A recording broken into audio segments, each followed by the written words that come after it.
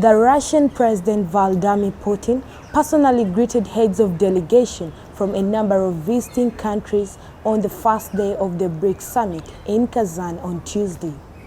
The 16th BRICS summit is scheduled for October 22nd to 24th.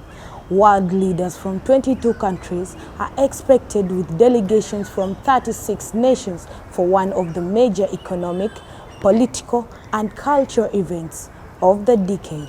The African Football Federation President, Patrice Motsepe, boosted African Cup of Nations' highest viewership record during the 46th Ordinary General Assembly in Addis Ababa. Approximately 1.4 billion people worldwide were watching the AFCON on TV, the highest amount in the history of competition, he said. He further claimed that the economy of Cordova, Africa's host country this year, benefited from the football match, saying there is a clear connection between success in football and success in economic growth. Indian eventer Sabin Saji from Airumli, Kalera State, showed off his world's smallest washing machine, which broke the Guinness World Record earlier this year.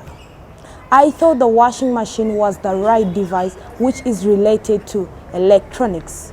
Of course, I am an electronics engineer, so I think this concept Guinness also has the category for the smallest washing machine, so I decided to attempt, Sabin said, adding that it took him 2 months to create the machine, despite having the same echoes of the normal big machines. 2 individuals were killed and 3 others sustained injuries in a reported Israel airstrike on a vehicle in the Maz district of Damascus. Israel claimed that the airstrike was aimed at Hezbollah's finance chief.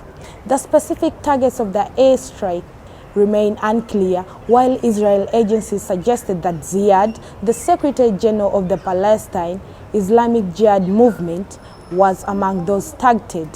The PIG has since dismissed this claim. Thank you for watching. I am Shamim Kiza.